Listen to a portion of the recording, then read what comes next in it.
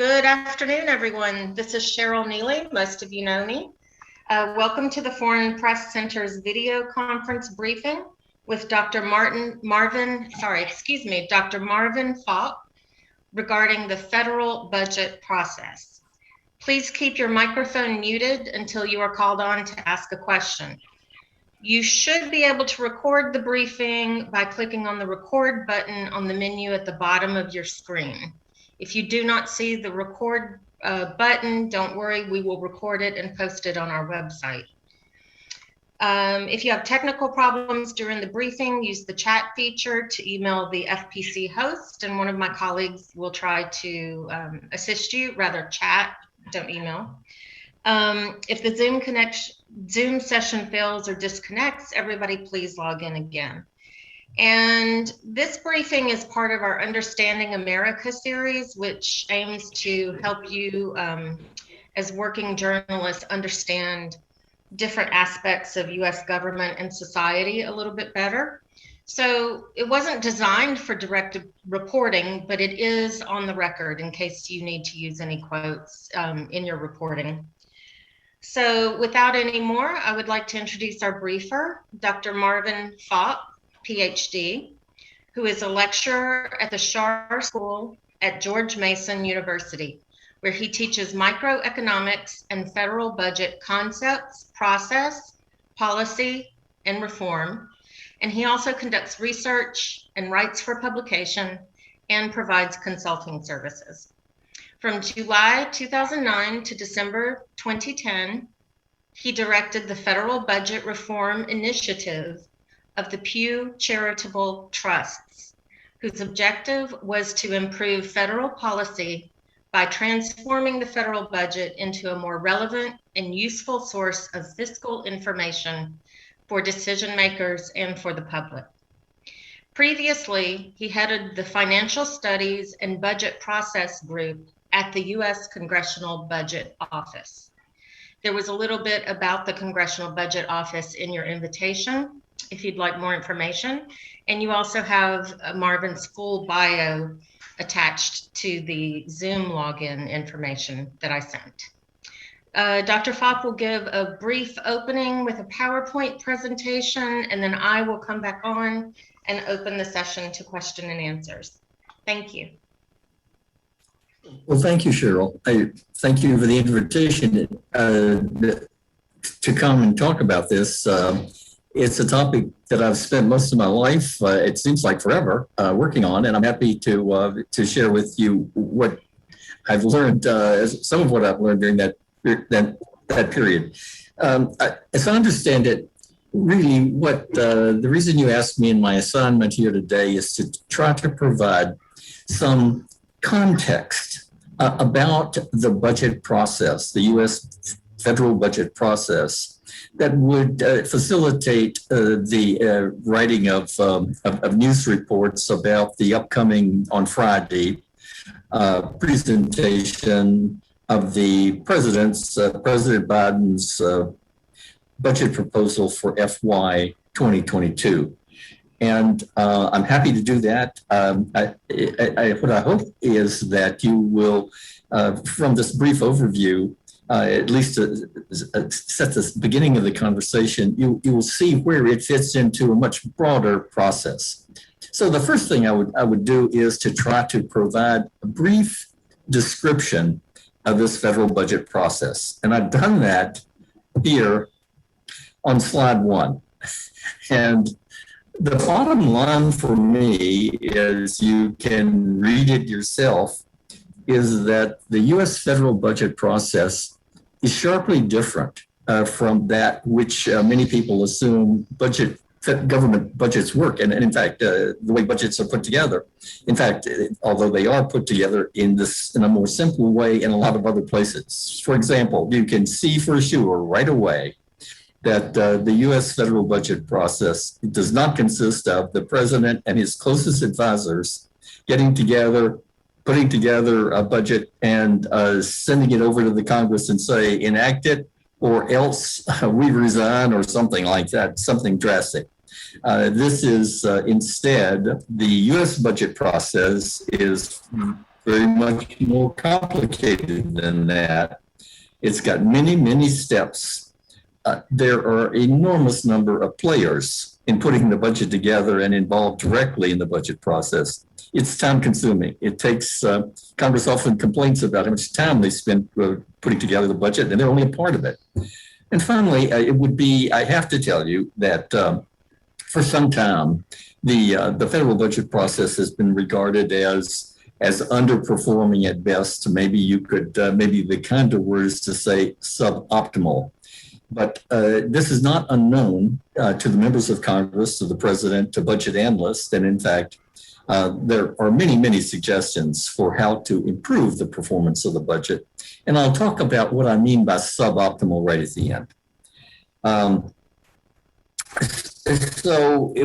The objective, of course, is to produce a budget for a fiscal year. And the one we're talking about being released on Friday is the budget year, the budget for FY 2022. And I must say, I was working on the budget process for a long time before I figured out how they come up with the date for which they assign a budget. That is to say, since the Budget Act of 1974, the fiscal year in the U.S. has run from October 1 to September of the following year. And that means that the budget that we're talking about for 2022 goes from October 21 to September 22. And the key to the numbering, to the year assignment, is that the fiscal year number corresponds to the year of the January that period includes. So clearly we've got this, given the period that's going to be covered by the 22 budget, it's clear that that January 22 is included, ergo, this is going to be the 2022 budget. Now, to persuade you or to provide a few shreds of evidence that my characterization of the U.S. budget process is complex with many steps and players and so on, they're just the simplest way I can think of to do it, to illustrate that, is just to run over quickly major steps in the preparation of a single annual federal budget. Most of these steps are specified in law, in the Budget Act. The Budget Act, for example, starts off by saying the budget preparation process begins with the first Monday in February. On that date, on or before that date, the U.S. president is supposed to submit a budget proposal to Congress on that first Monday. Well, but then there's an exception to that. Whenever there's a new administration, that time is permitted to, he's permitted to just offer a pro forma budget proposal. And there's no penalty if he does something else, but it's suggested that he will provide a very simple version of a budget somewhere around the first Monday in February, with the details to follow later. But in this case, for a number of reasons, that budget was delayed. That initial budget was delayed until April 9, and then we're going to get more details following in May. Okay, there's the first step. We got that first official step. But before that happened, way back in May of 2020, in the heart of the COVID pandemic, the budget preparation for 2022 started. The Office of Management and Budget, which is the president's office in charge of pulling this budget together, and all the executive branch agencies that are covered by it, began doing the prep work for putting that budget together. It was a tough time to do it. The uncertainty was enormous, but the budget preparation actually began there. So much happened before even the first Monday in February. The next big thing is that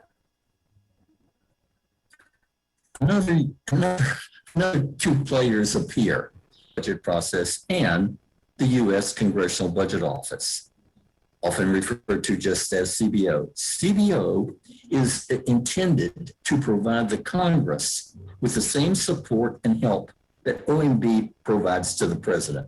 sort of similar entities. And the Congressional Budget Office, in working with the Congress, deals first and foremost with two more characters, two more actors, two more players in this process, the House and Senate budget committees. So in the middle of February, right after the president is supposed to submit his budget, CBO prepares this report, they publish it. You can find this year's, which is the Economic and Budget Outlook. What that report says is, if the Congress takes no action, here's what the budget will look like next year and the year after that. And that's based on how the economy behaves. And we've got this ticklish two-way interaction between the economy and the budget. The budget affects the economy affects the budget.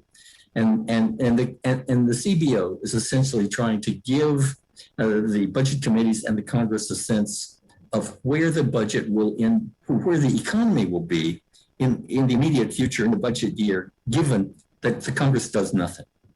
Then there are three things the Congress needs to do. It needs to adopt its own budget. Well, its own budget is put together after a lot of consultation with the other committees, by the budget committees, and voted on in the House and the Senate. They both have to agree on the same budget resolution.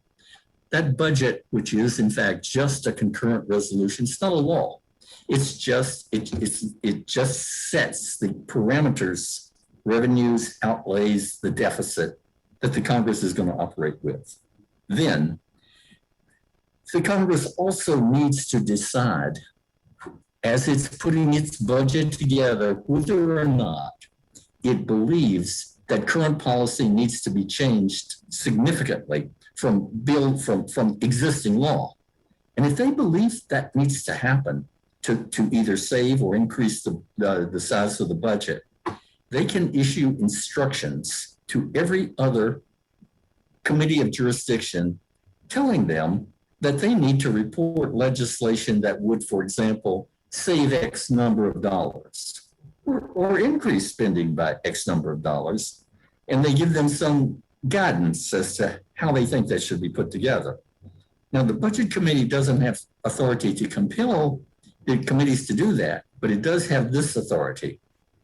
If those committees don't respond with something that roughly corresponds to reconciliation, the budget committees themselves can write new legislation that would be in that committee's jurisdiction, roll all those proposals together, call it an omnibus reconciliation bill, which will receive in both the House and especially in the Senate expedited consideration, up or down vote, and it can't be filibustered in the House, in the Senate. Not going to be filibustered in the House anyway.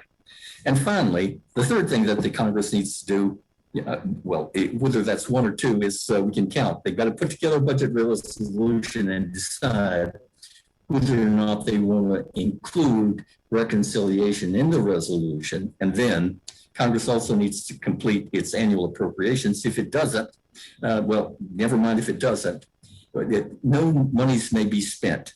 Discretionary funding may be spent without an appropriation. And so this is giving the authority to agencies to enter into obligations that will result in outlays. Now, there's no penalty ever for congressional inaction. These are, after all, rules that the Congress has adopted. And if they've adopted them, they can pretty much choose whether or not they do them.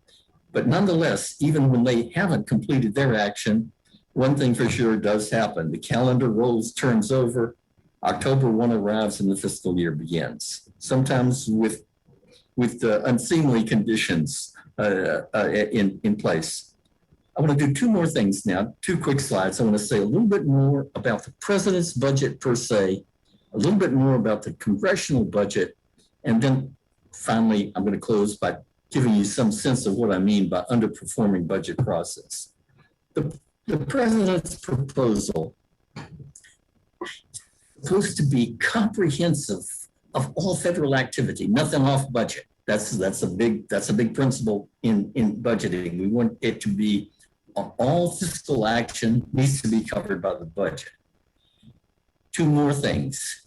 All that action consists mostly of spending and revenues, and there are two types of spending that critically have to be distinguished. One is discretionary. All administrative expenses, when the government is just conducting its ordinary operations, those have to be appropriated in an explicit appropriations bill. So that's called discretionary spending. In addition, there's this stuff called mandatory spending. It includes those things, those activities where the federal government is essentially taxing and sending money to people. For example, it includes Social Security, Medicare, Medicaid. Once those programs are in place and the benefits are defined in law and eligibility is defined, Congress doesn't have to take any more action. The money goes out the door as people become eligible to receive those benefits. Interest on the debt's the same way. Now, one really key distinction between those. Congress controls the dollar amount of discretionary spending. You know, if they don't give the State Department the money they need to operate, the State Department doesn't open. And in fact, if an appropriations bills haven't been completed on time, we get government shutdowns. Mandatory spending, completely different. It operates without any further action by the Congress, by the appropriators. It therefore is sometimes called operating on automatic pilot. It just grows with the number of people who qualify for the eligible benefits. So in the president's budget, he is asking for budget authority to be appropriated for discretionary programs. He's not really asking for any authority about mandatory spending. There, instead, the budget is just going to show projected spending levels under current law.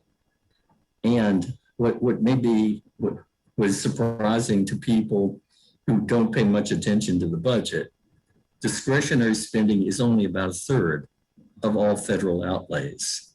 2/3 is uncontrolled by appropriations and can only be changed and modified if you change who's eligible or the benefits they get. If there's only one distinction to make in the budget, it's the difference between discretionary and mandatory spending in terms of the budget process. Yeah, the president's budget also, serves other signals. It gives, for political purposes, it tells you what his priorities are. But it doesn't mean that Congress is going to buy them. Now, then the president has to go up to the Hill and sell it. Now, he's got an easier sell job if his party controls both the House and the Senate, has the majority in both cases, as is currently the case.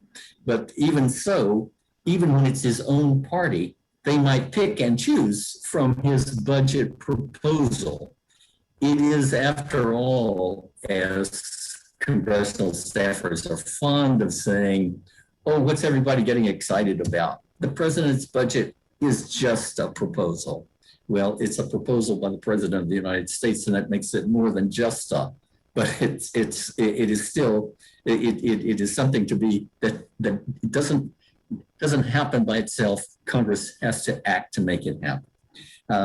Another point, just to note in passing, is that the president's budget is multi-volume. It stacks up probably 3 feet high. There are a whole number of volumes that come out at the same time. In addition, I would note that that the budget will give you, if you look in the budget, any of his documents, they're going to have 3 years of data. The budget year that's being planned, the current budget year, and the previous completed budget year. So you get 3 years of data. Only the third one is proposed, the others in process or essentially completed. A little bit about the congressional budget. It's just a resolution. It's just a few pages. The primary purpose of the congressional budget resolution is just to establish discretionary spending caps for the Appropriations Committee That's its principal function. Otherwise, it just shows baseline projections of mandatory spending and baseline projections of tax revenues, and the difference is the deficit. So a very simple a declaration of aggregates, almost no detail compared to the president's. Another thing about the congressional budget is that it's often not even adopted. In 11 of the last 20 years, 11 rather than 10, no resolution was adopted. And if it's not adopted, then what happens is that the previous year's resolution, which also had discretionary caps for the next year, become effective. Or if the Congress wants to change it, they can pass a piece of legislation or a concurrent resolution that says these are the totals that we anticipate being in a budget resolution, and we therefore have, quote, deemed a budget resolution to have been passed. Congress has produced this resolution by the due date, April 15th, 4 times since 76. They do it if it's convenient and if it serves a political purpose or makes a difference, really. It may also, as we just said, include reconciliation, which applies revenues. That is to say, they can require committees to change those mandatory program terms to either spend more money or spend less. Funny thing happened. Someone's already asked the question about reconciliation. You know, it's been in the news a lot. It was in the news a lot in fiscal 2021, which means this year, which means in February. In February, the Congress adopted a budget resolution for FY21. In other words, for the year that was already in process. Why did they do that? I mean, the Appropriations Acts had all been completed and everything else. And in fact, we were operating and spending money. And the reason is they wanted a budget resolution that they could put reconciliation in, because we just got a new administration. We just got a majority in the House and and what is effectively a majority of one in the Senate. And they wanted to pass a lot of legislation in one omnibus reconciliation bill. And they succeeded in that. It also ran into the Byrd rules, which says if you're going to give expedited consideration to legislation, it's got to be related to the budget. The majority included in their reconciliation instructions an increase in the minimum wage, the national minimum wage, to $15. And the parliamentarians said, this violates the Byrd rule. It's extraneous, it's only incidental that it has an effect on the budget, and it came out.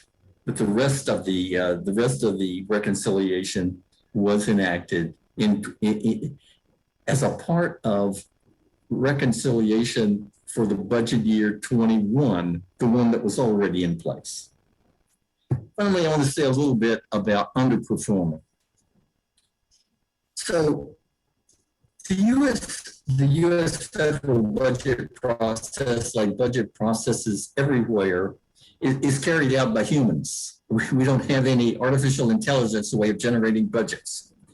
Humans, when they're making financial decisions, often make mistakes. What do I mean by mistake? It's important to note that a mistake is not something I think is a mistake, but that the maker thinks.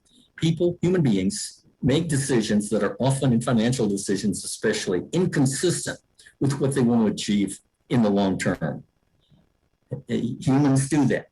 We knew that for a long time. What's happened in recent years is that behavioral studies have been able to identify elements in the budget process or any decision process that generates these errors, so that there is hope that you can revise a decision process and make decisions happen that are more consistent with what the decision makers say they want to happen.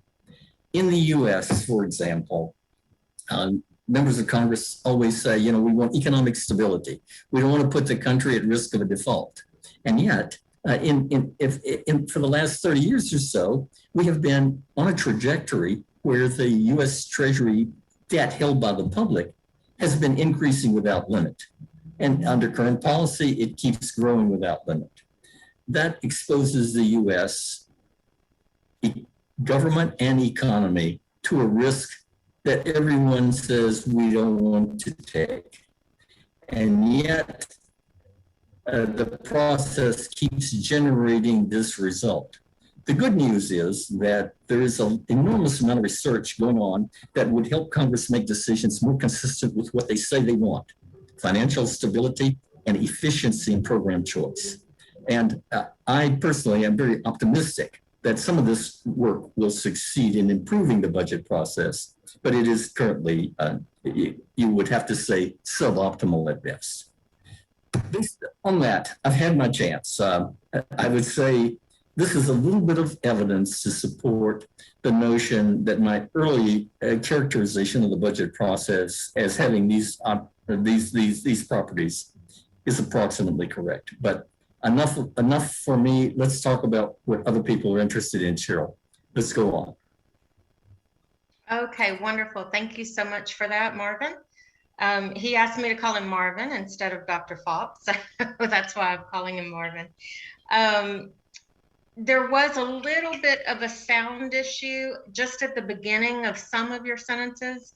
So I think the transcribers will probably be able to get most of it. But if there's anything that you all missed that you have a question about, please feel free to ask. I will open it up now to questions. And if you would like to stop sharing your screen, Dr. Fopp, then we can see you a little bit better. Oh, sure. Oh, stop sharing. Okay, great. Okay, now we should be able to see you a little bit better. And let's see, to ask a question, please use the raise hand feature in Zoom. Don't put your question, please, in chat unless you have no other way to do it. The raise hand button is at the bottom of your Zoom screen. I think everybody's used to Zoom by now. And we will go ahead with our first question. Please introduce yourself, give your name, your outlet, and your country. And we'll go first to you, Pearl.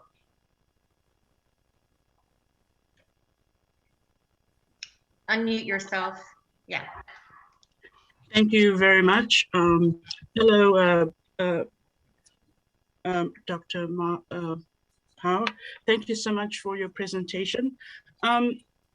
My question is a two-part question. And so I'd like to just ask if you can explain, number one, going back to Reagan and George H., who contributed to deficits in the budget, and then on to, I guess, Bill Clinton had a tough time trying to balance that out. Even when Obama came in, we still had these issues in the Great Recession. And then when the Democrats still wanted to take care of those issues that are important to them. When Trump came in, we then had the 2017 tax cuts issues, which when Biden then came in, still we are dealing with those things, but those are important to Republicans, for example. Now that Biden is trying to introduce this 1.7 trillion for his transportation plan, which I believe he might be trying to do before Memorial Day, and is facing some pressure, can you speak a little bit to how does the United States, or given the context of this very complex budget process, and we have seen shutdowns in the past when they don't agree, how will Biden anticipate balancing a budget, getting everything he wants to do, given the fact that he's not entirely responsible, perhaps, for the situation he finds himself that was maybe created by Reagan and George H.? That's my first part of my question. My second part is, as journalists, we hold the United States government accountable and report on accounting what they purport they say and do. So if, for example, I wanted to take a look at a particular cabinet or a particular department, DOD or whatever, and I want to go and see, okay, this is how they're spending their money and I want to hold them to account, where do we go and look? What are your suggestions as to where we can go and begin these types of investigative reporting? Because our primary job, some of us, is to hold the United States government accountable. And indeed, Joe Biden. Thanks. Well, those are wonderful questions. The second one, I'm happy to say there's an easy answer to. In an earlier life, when I was working on the budget process, it was also a staff support to the Federal Accounting Standards Advisory Board, which was created in 1990. Today, unbeknownst to most people, because the budget gets all the attention, the federal government and its component departments and agencies produce financial statements, a complete set of annual financial statements that includes something that looks like a balance sheet, an income statement. They call it a statement of net costs because there's no profit to be reported, but it shows the cost of how much has been spent in various categories. These are standard sort of financial accounting statements that are comparable across agencies. And if you want to, in fact, they're called sometimes accountability reports. So if you go online and ask for, say, annual financial statement for the Department of Defense, it should show up. It should be available in December after the fiscal year has ended. There's also one put out by the Treasury Fiscal Service for the whole U.S. government.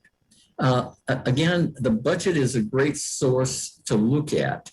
I would especially recommend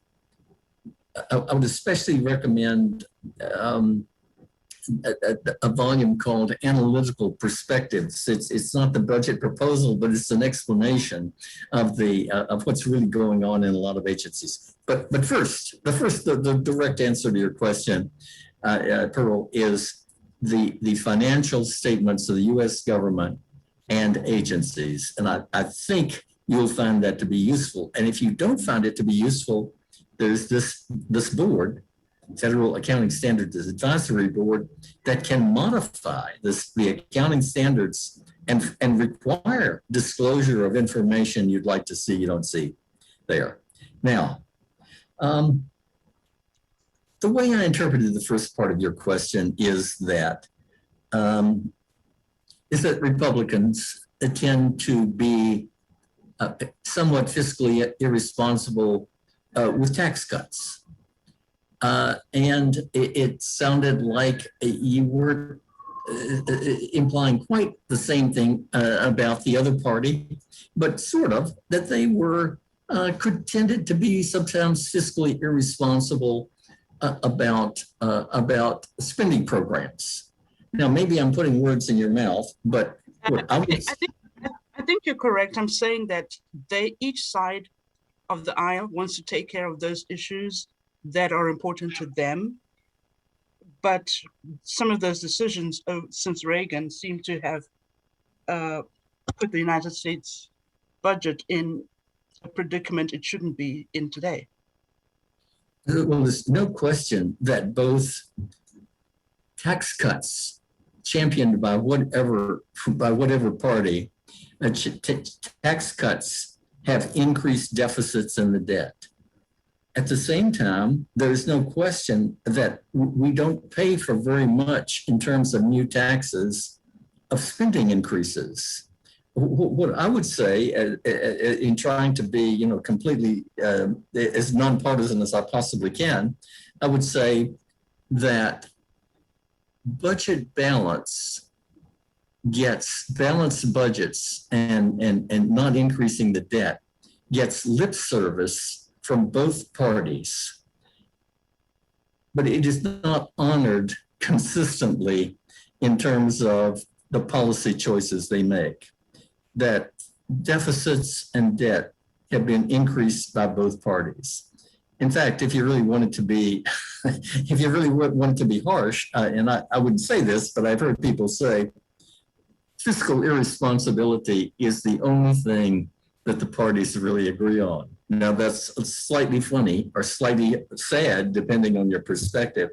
But I would say that that while people say that they would like to reduce deficits and the growth of debt, it's very hard for them to do it in the specific instances.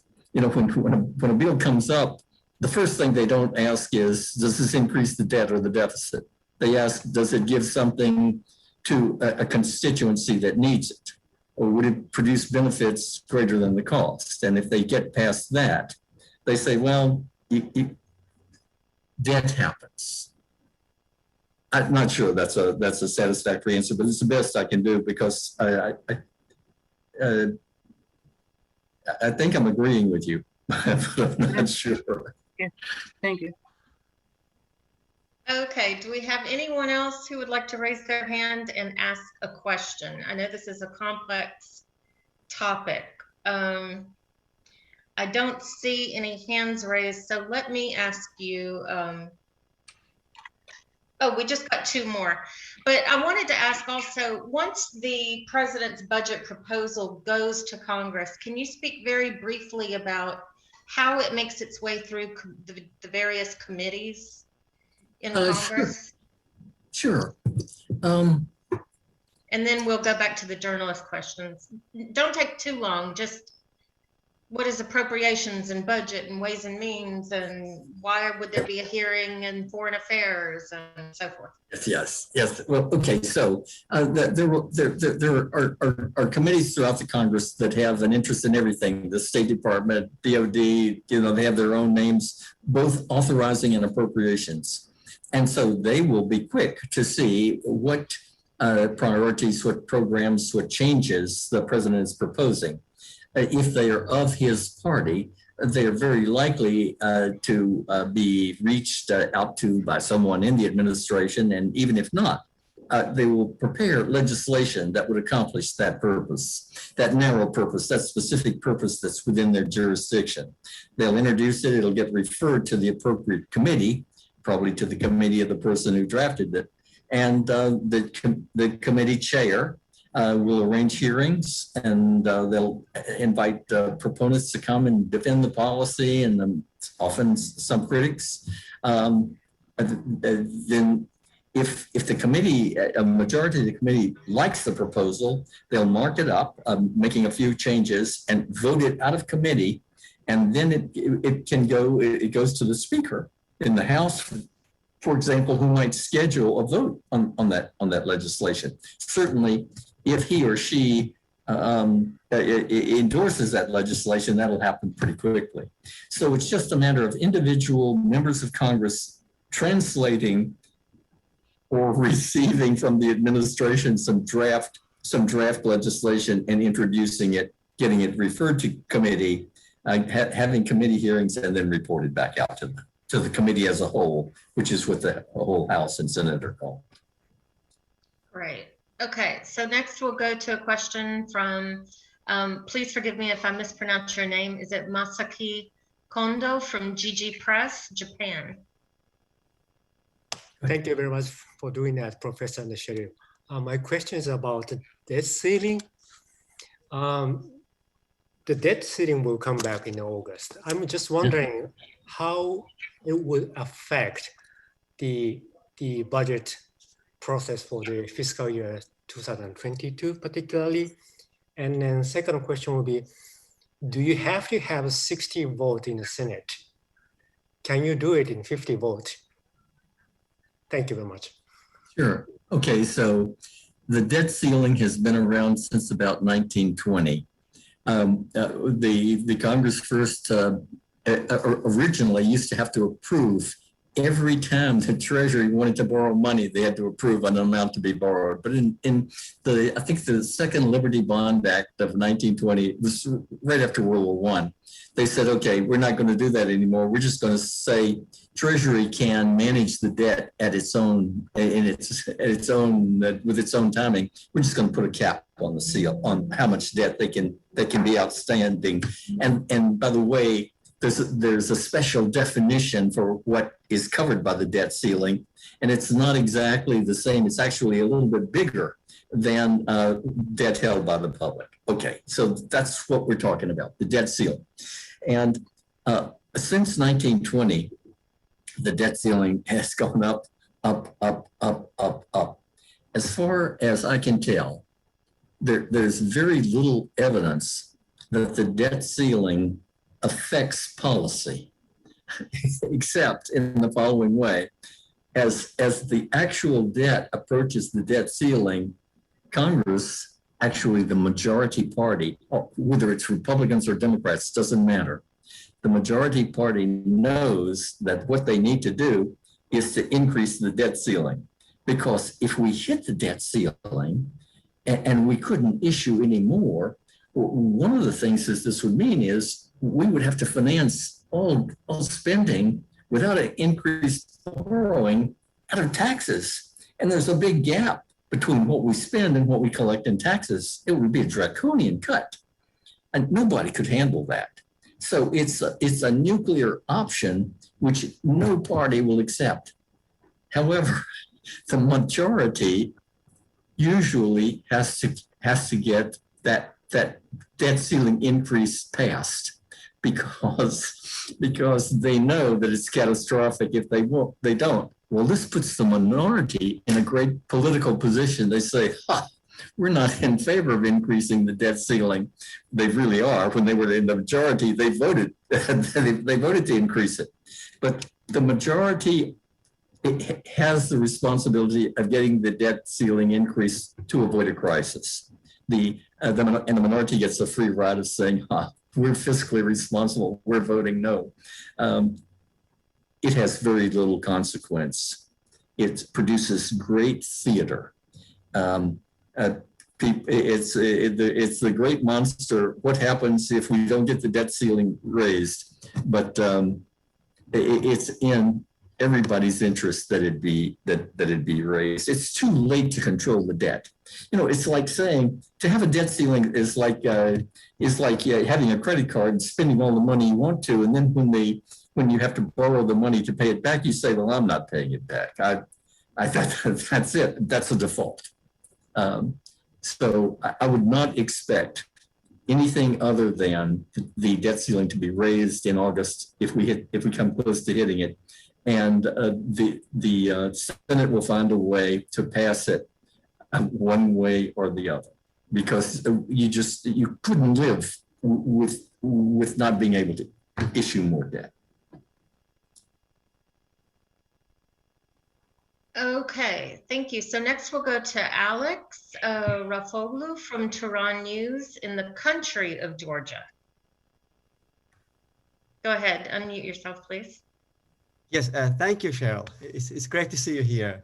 Such an informative presentation. I thank you all for putting this together. I hear you when you say that the president's budget is just a proposal, so given the process that follows.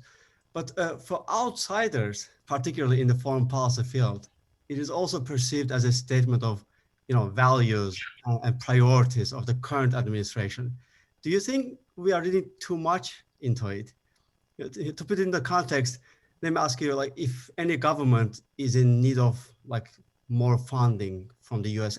foreign aid program, whether due to healthcare or natural disaster, or in my case, I am from the South Caucasus due to wars, or some other reasons, where would you suggest them to go first to ensure the outcome? To the administration or directly to the Capitol Hill?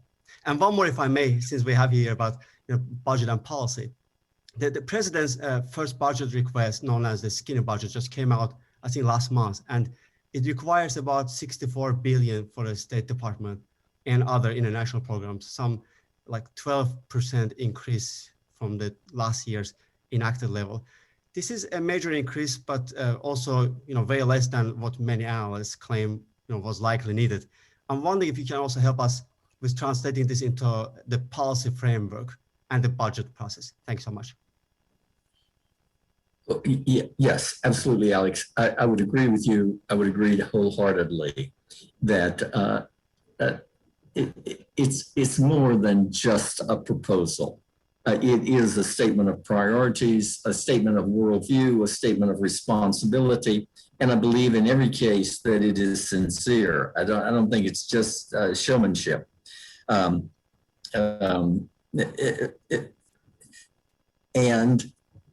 Clearly, this administration is proposing a big increases in discretionary spending, as well as also in mandatory. And I think that the increase for the State Department and USAID for assistance to other countries clearly represents something that the president thinks is a high priority.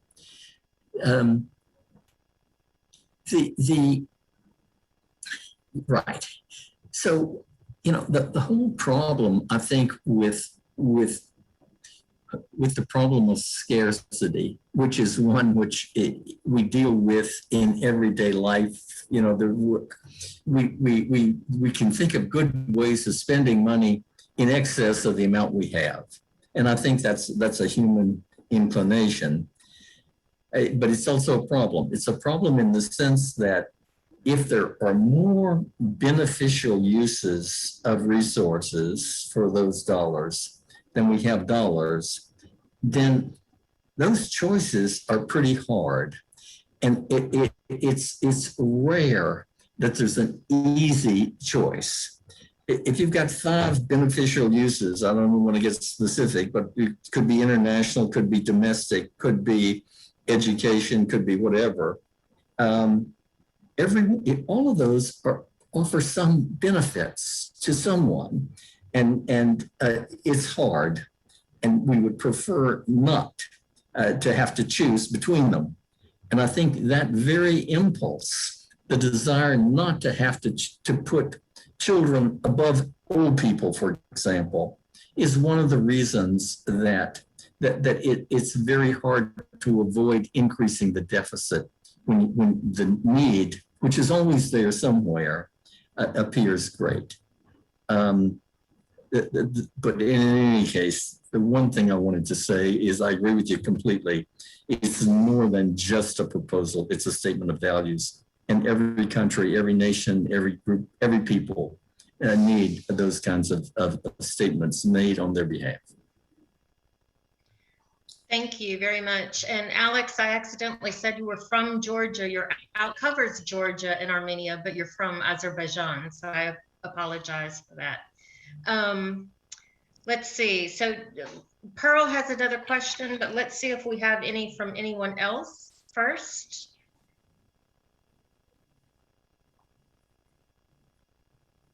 Okay, Pearl, go ahead. Thank you, Cheryl. Mm-hmm.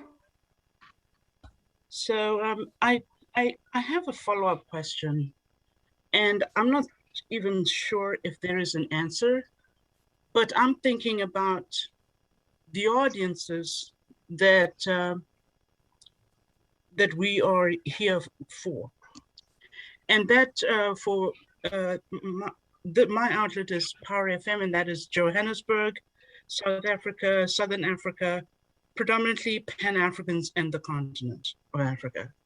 Yeah. What they might be thinking and asking themselves is, Biden has come out with a foreign policy approach which says he's going to take care of his domestic approach in order to take care of his foreign policy approach. Perhaps maybe if you can share a little bit about some of those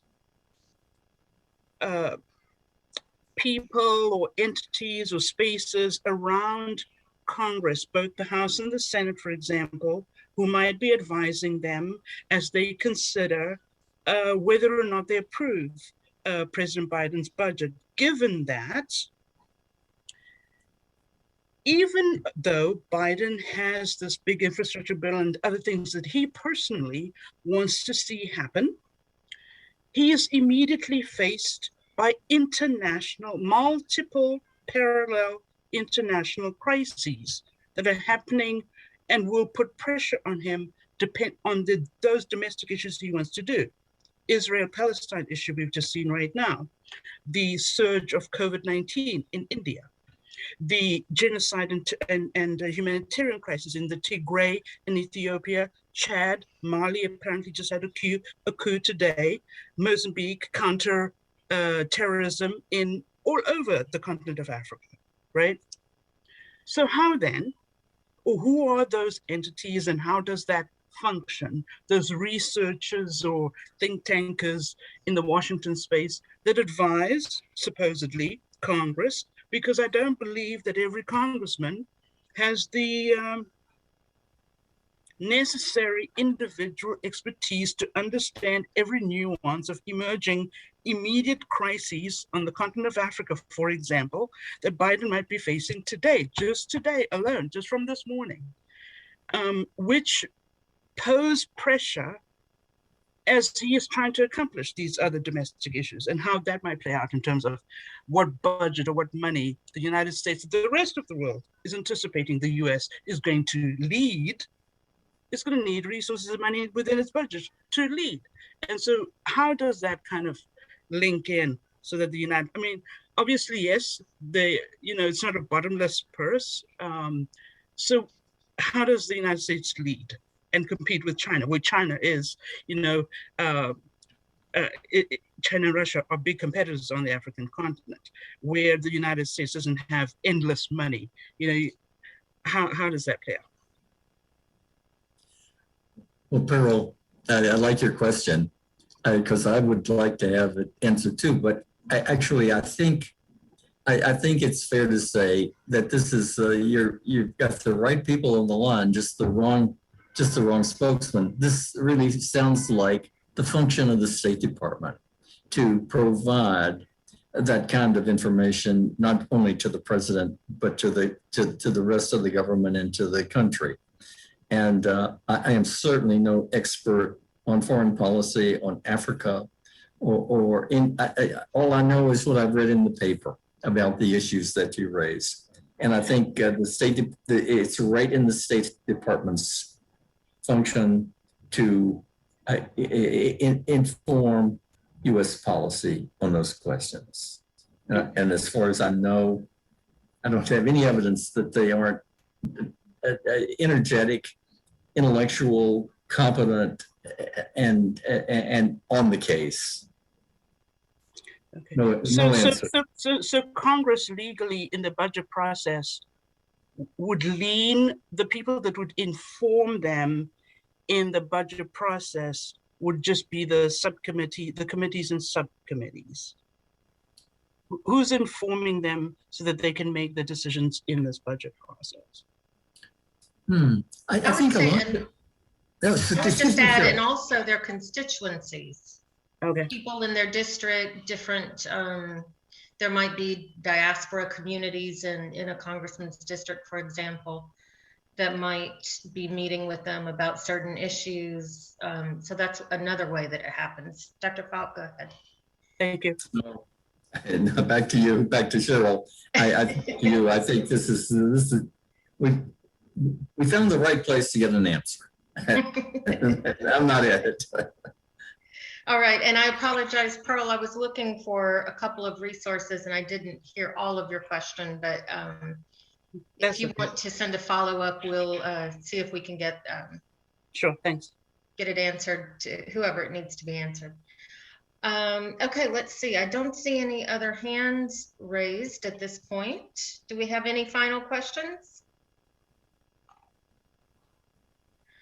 Okay, well, I'm going to share my screen for a moment. I had not planned to do this, but I think it would be helpful. I am going to send out links or attachments to a couple of resources that will give you some additional information about the budget process. And I'm going to share my screen and go ahead and show you Just a couple of those if I can do this successfully.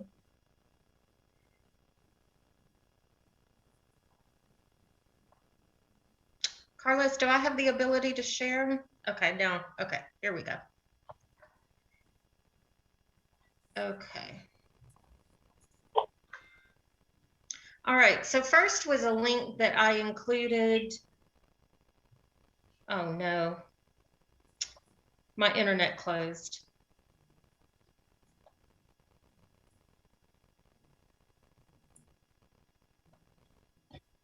Give me one moment, I'll just open it back up.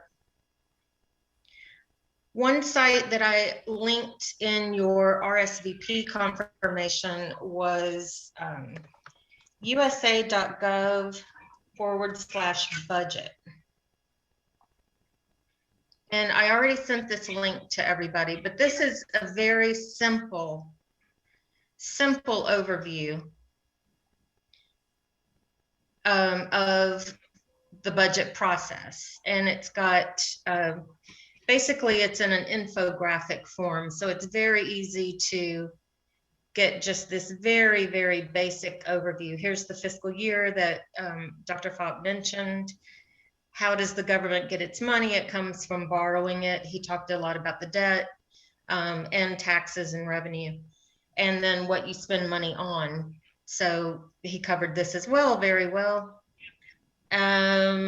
Creating the budget step by step, the appropriations committee, the different chambers voting on the bills, the president signing the budget bill into law. And there's a little bit of a more detailed breakdown here. So you already have that link. I will resend it. And then Dr. Fopp also mentioned to me another resource that is quite good as well. This is from a think tank that has a certain policy agenda, but the overview of the budget process, it's a little more detailed than the one I just showed you, but it is very simple and easy to follow as well. It's in a narrative form. And this one is a very general introduction, even though the think tank itself is focused on certain priorities and topics. This is just a very basic background introduction to how the process works. And as you see, it's a little more detailed, but still very easy to follow. So I'll send this link to you as well. And then third, we have a Congressional Research Service report, which is, my computer's wanting me to do something before I look at it, but it is very detailed. This is from the Library of Congress. Of course, it's giving me a hard time trying to open it. But if I had not closed my screen a moment ago, I would have it for you. But anyway, I'll send it to you as well. It is from the Library of Congress, but it goes much further kind of in the details in 42 pages. So I definitely would not recommend reading it first, but if you really want to read a little more information about what we talked about, then you can certainly use that as a resource. Now, let me stop sharing my screen and navigate back. And do we have any final questions before we close? We're just about out of time. Okay, we have one more from Masaki Kondo. Do you have time for? Yeah, just quickly, thank you very much. Professor, I just did not get an answer from you. Do we actually need 60 votes to pass the budget in the Senate, or can we do 50s instead? Thank you. If you're just talking about, okay, so if it's all ruled into reconciliation, and there's no reason to prevent it. It's just that everything has to be germane to, it either has to raise taxes or reduce spending or increase spending or lower taxes. It has to be directly budget related. If it's done through reconciliation, and there's no reason, in fact, there will be reconciliation in this 2022 budget resolution if we get one. Of course, do it through reconciliation. And then in that case, 50 votes, you're going to need 51 votes to do it. And the Democrats have that alone if they can all vote together, with the vice president casting the tie-breaking vote. But the reason I'm hesitating at all is you ask about passing the budget. And passing the budget doesn't really happen. You can get a budget resolution with a majority of votes, but that's only affecting the rules. We don't really pass the budget, right? The president proposes a budget. We get a congressional budget resolution, and that's got the aggregates, just the totals. But just the totals is not enough. Then you need legislation to enact everything that makes up that total, and that, unless it's in reconciliation, requires in the Senate, it will require 60 votes, unless you, and maybe you can get 60 votes. But yes, it will require more votes as you do the detailed legislating that is required to execute a budget, even after you've got a budget resolution, unless you do it in reconciliation. That gets expedited treatment. I know that's a complicated answer, but it's a tough question.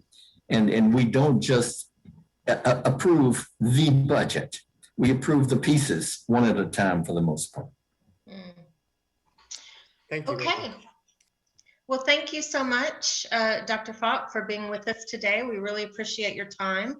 If anyone has follow-up questions or you think of questions the next couple of days, please email them to dcfpc@state.gov, and we will send those to Dr. Falk and see if he's available to answer any of those questions.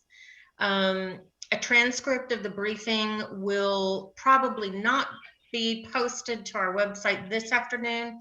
It will probably be tomorrow morning, and the video will be posted at the same time. Also, I will send out those handout links that I discussed probably tonight or tomorrow morning. And I just want to thank everyone for attending. That concludes our briefing for today. And again, I thank everyone. Bye-bye. Thank you. Thank you all.